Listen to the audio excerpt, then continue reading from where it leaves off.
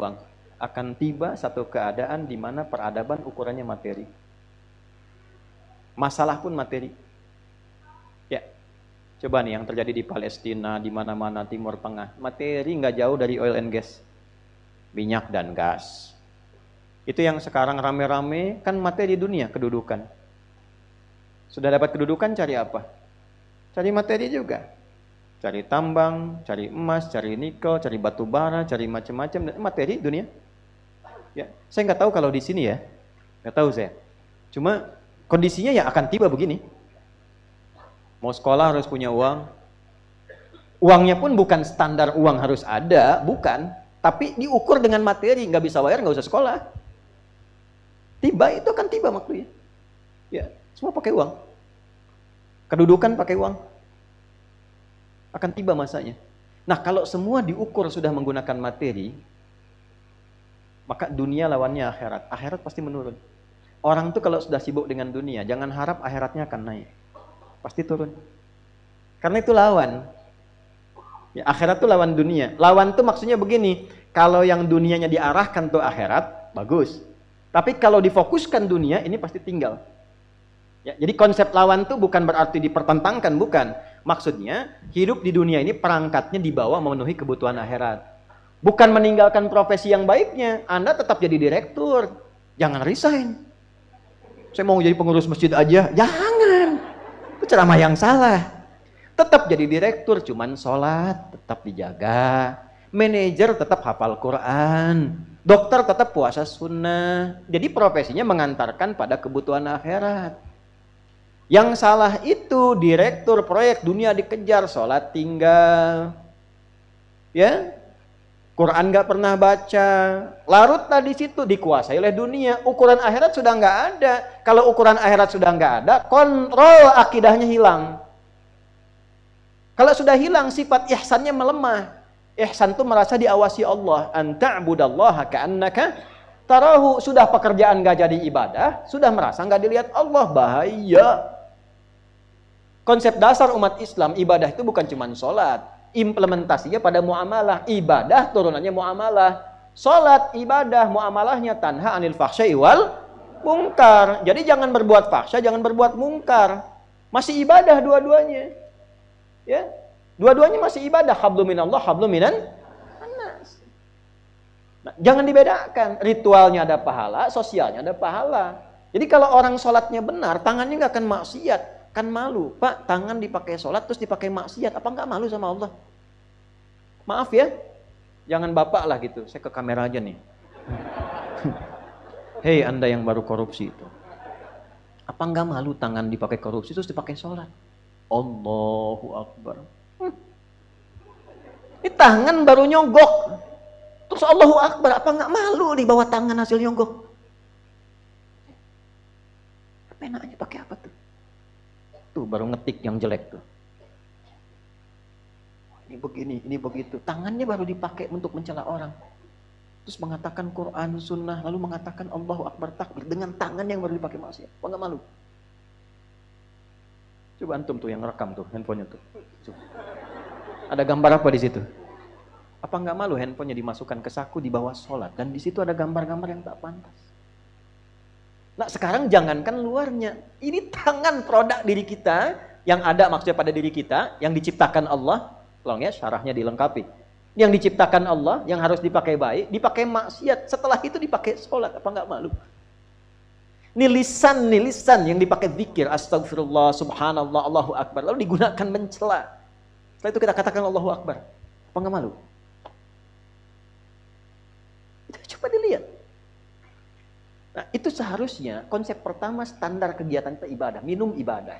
Makanya semua giat orang Islam itu ada doanya. Bapak Ibu cek deh, nggak ada kegiatan yang nggak ada doanya. Cuma di Islam. Ini menunjukkan agama ini bukan buatan manusia. Kalau bukan ketetapan Allah, nggak mungkin ada pekerjaan kecil apapun ada doa. Dan doanya beda-beda. Mana ada manusia yang bisa mengarang sesuatu, ya? Satu bacaan yang mengiringi semua kegiatan dan beda-beda. Manusia mana bisa begitu? Tidak ada yang bisa. Tadi masuk masjid ada doanya nggak? Masuk dengan keluar sama nggak? Beda. Bangun tidur dengan akan tidur sama nggak? Beda. Dari mana bisa muncul seperti itu? Nah, doa itu menjadikan kegiatan otomatis sebagai ibadah. Kalau tak hafal doa, ucapkan bismillah. Ini supaya jelas ya, supaya jelas nih, saya contohkan. Ini saya mau minum. Khudh biyaminika ma yali. Ambil dengan tanganmu yang paling dekat denganmu. Antum kan jauh, jangan diambil. Dekat ke saya nih. Ini punya siapa? Belum tentu. Kalau belum diminum, belum tentu punya saya. Yang sudah masuk ke tenggorokan rezeki saya. Kalaupun disiapkan tidak saya minum, bukan punya saya. Jelas? Belum tentu punya DKM, jamaah langsung pengen ngambil bisa. Ya, kalau diridhakan. Nah, lihat sini. Ini saya mau minum. Minum ini kegiatan biasa, menghilangkan haus. Tapi ketika saya minum, menyebut nama Allah dengan niat ibadah.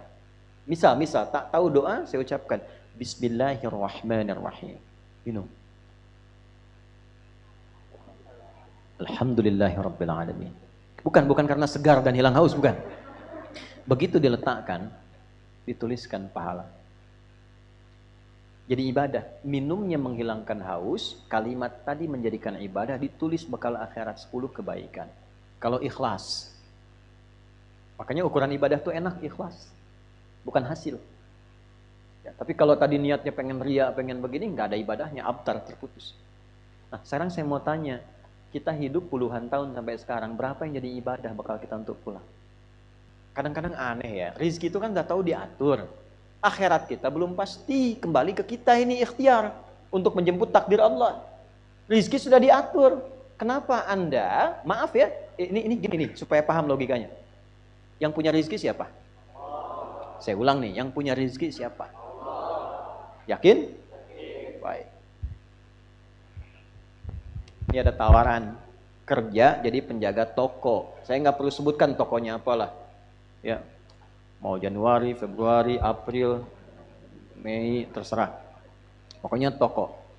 Jaga toko, tapi ketentuannya kalau ada waktu sholat nggak boleh sholat. Gaji 1 juta sebulan. Saya tanya, pilih jaga toko apa pilih sholat? Tentu prakteknya demikian. Naikkan lagi deh, antum nih yang kerja di perusahaan. Ada tender nih. Ini kalau 1 juta masih bisa kelihatan, sholat. 100 miliar tendernya.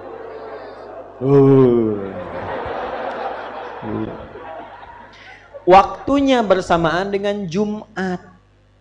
Pilih Jumat atau pilih 100 miliar?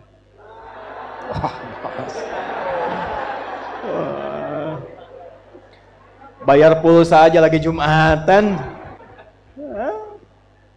Ini Qul ma indallahi khairum minal lahwi wa minat tijarah. Makanya ketika turun surah Jumu'ah itu ayat 11-nya, kalau yang yakin rezekinya dari Allah, maka kejar yang dari Allah ini.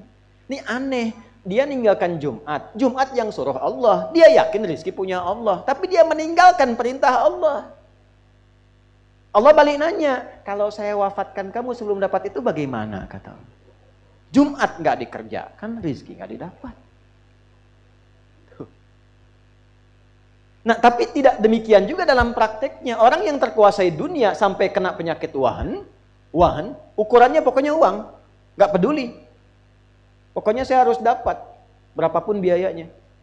Anak saya mesti masuk kuliah di situ, berapapun biayanya. Saya mesti dapat kedudukan itu, berapapun biayanya. Saya mesti dapat barang itu, berapapun harus dikeluarkan. Di dunia udah nggak peduli bagaimana cara ini wahan. Tapi dia masih sadar, nanti ada siksa kubur, nanti ada siksa neraka, ada surga. Dia sadar, tapi karena terikat dengan dunia, ujung hidupnya dia nggak siap, takut meninggal. Ya, akhirnya ya coba-coba aja untuk umroh juga gitu. Cuman hartanya dipakai dari hasil nyogok, hasil korupsi, macam-macam. Jadi begitu ada orang haji mengatakan labbaik Allahumma labbaik, maka dijawab oleh malaikat. Allah sampaikan ke malaikat, la labbaik la sa'daik. Enggak ada labbaik tuh, enggak ada sa'daik. Labbaik Allahumma labbaik. Datang orang hanya habis nipu orang, habis korupsi. Labbaik, kata malaikat, la labbaik. Enggak ada labbaik tuh. Tuh albek tuh katanya. Ah, itu benar hadis tuh. Al-baiknya bukan, tambahan aja tadi. Hadis la labbaik la sa'daik kata malaikat. Enggak ada kamu labbaik, enggak ada sa'daik. Enggak ada benar-benarnya kamu itu.